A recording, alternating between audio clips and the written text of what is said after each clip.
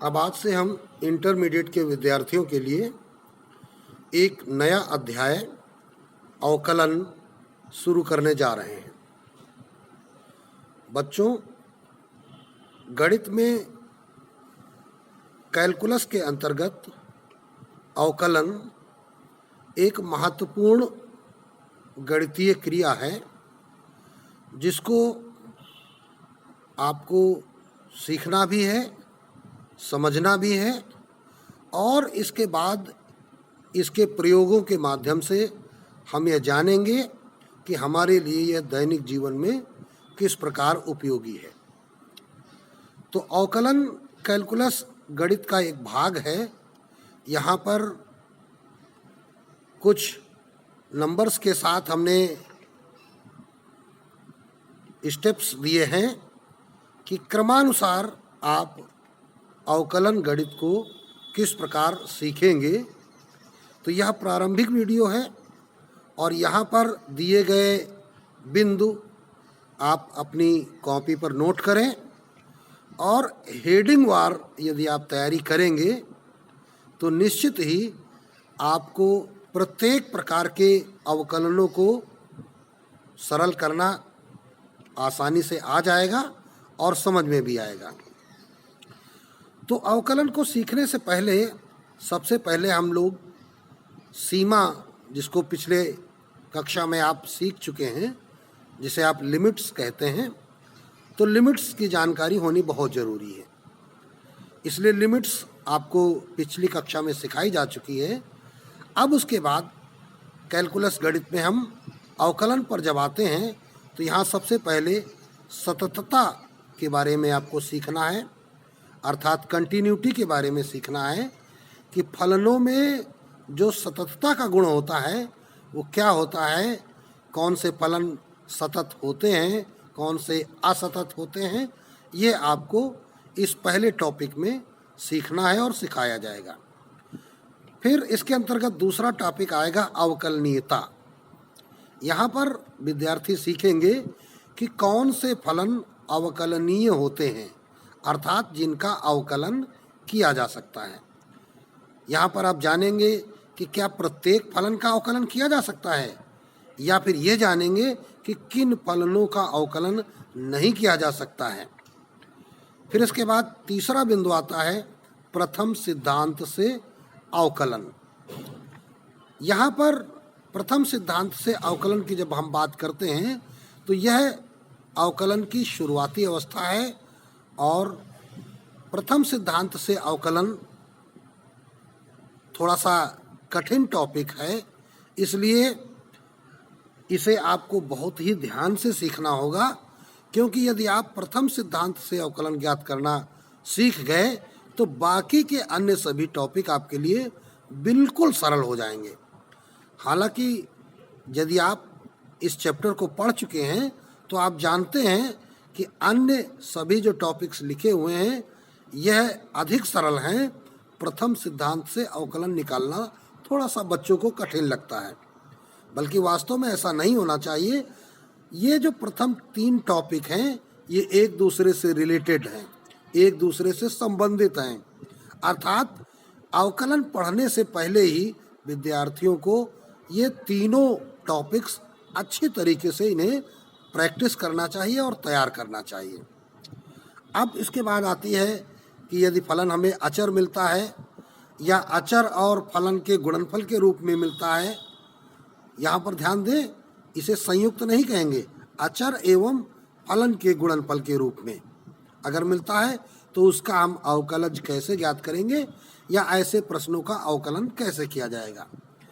फिर सीखेंगे नंबर 5 पर दो फलनों के योग तथा अंतर का अवकलन।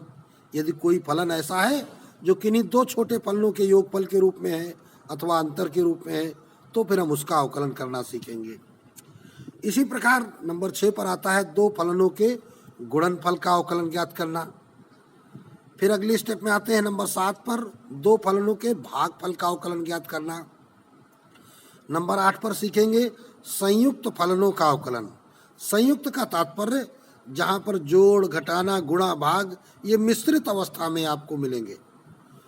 फलनों के कई फलन होंगे और उनमें आपस में जोड़ घटाना गुणा भाग आदि की क्रिया मिश्रित रूप में होगी, तब ऐसे फलन संयुक्त फलन बन जाते हैं। तो उनका अवकलन निकालना सीखेंगे, जिनको हम दो विधियों से सीखेंगे, प्रतिस्थापन विधि एवं श्रृंखला विधि। प्रतिस्थापन विधि प्रारंभ में सीखना बहुत जरूरी है, किंतु आगे चलकर यदि आप उसका शीघ्रता के साथ प्रयोग सीखते हैं तब वहाँ श्रृंखला विधि अधिक उपयोगी होती है। फिर 9 नंबर टॉपिक आता है हमारा प्रतिलोम त्रिकोणमितीय फलनों का अवकलन। इनवर्स ट्रिग्नोमेट्री, जब हमको इनवर्स ट्रिग्नोमेट्री के फलन मिलते हैं तो उनका अवकलन हम कैसे करेंगे, यहाँ पर ये भी हमको सीखना है। फिर सीखेंगे त्रिकोणमितीय रूपांतरण द्वारा अवकलन। हम त्रिकोणमितीय रूपांतरण करते हैं दिए गए फलनों का, त्रिकोणमिति के रूप में उनको कन्वर्ट करते हैं और फिर उसके बाद उनका अवकलन ज्ञात करते हैं। फिर आते हैं अस्पष्ट फलनों का अवकलन। यहाँ पर फलनों को देखकर हम शीघ्रता से अनुमान नहीं लगा पाते हैं कि यहाँ कौन सा हम रूल लगाएं, लेकिन फिर भी जो फलन जो अस्पष्ट होंगे उनको कैसे हम दूसरी स्थितियों में बदलकर उनका अवकलन करेंगे, यह भी इस 11 नंबर हेडिंग में सीखेंगे। फिर इसके बाद सीखेंगे लघुगणकीय अवकलन। लॉगरिथम के जो अवकलन होंगे उन्हें विद्यार्थी सीखेंगे, और लघुगणकीय अवकलन के बाद सीखेंगे 13 नंबर पर प्राचलिक फलनों के अवकलन। यहाँ पर आपको सिखाया जाएगा कि जब कोई चर प्राचल रूप में होता है तो उनके फलनों के अवकलन हम कैसे ज्ञात करेंगे। फिर इसके बाद सीखेंगे एक फलन का दूसरे फलन के सापेक्ष अवकलन ज्ञात करना। फलन का फलन के सापेक्ष अवकलन ज्ञात करना सीखेंगे। फिर इसके बाद उत्तरोत्तर अवकलन सीखेंगे। यहाँ पर एक बार अवकलन करेंगे, फिर उसके बाद अवकलन करेंगे, फिर उसके बाद अवकलन करेंगे, यानी अवकलन पर अवकलन अगर जब हम करेंगे तब क्या होगा ये सीखेंगे आपको इस 15 नंबर हेडिंग में। तो इस प्रकार हमने देखा कि इस अध्याय में आप इन 15 नियमों को भली भांति सीखेंगे। हमने इनके नंबर्स डाल करके आपको इसलिए बताया है कि यदि आप पहले से पढ़ चुके हैं तो आप ध्यान दें कि आपको इनमें से कौन से रूल्स अच्छी तरीके से आते हैं, कौन से नहीं आते हैं। जो नहीं आते हैं उनके वीडियोस जब आएँ तो उन्हें आप अवश्य देखें, आपको निश्चित रूप से अच्छे से तैयार होंगे। तो इस प्रकार विद्यार्थियों को अवकलन पढ़ने के लिए इन 15 नियमों की जानकारी बिल्कुल अच्छी तरीके से होनी चाहिए। अब यहाँ पर लिमिट अर्थात सीमा पर आधारित कुछ मानक परिणाम दिए गए हैं, जिन्हें हम लिमिट के सूत्र के रूप में तैयार करते हैं। तो विद्यार्थियों यह आपके लिए महत्वपूर्ण सूत्र हैं। पीछे इनका प्रयोग आप सीख चुके हैं, फिर भी पुनः आपको इन सूत्रों की आवश्यकता होगी, इसलिए ये एक सूत्र आप अपनी कॉपी पर नोट करें और साथ ही इनको तैयार करें।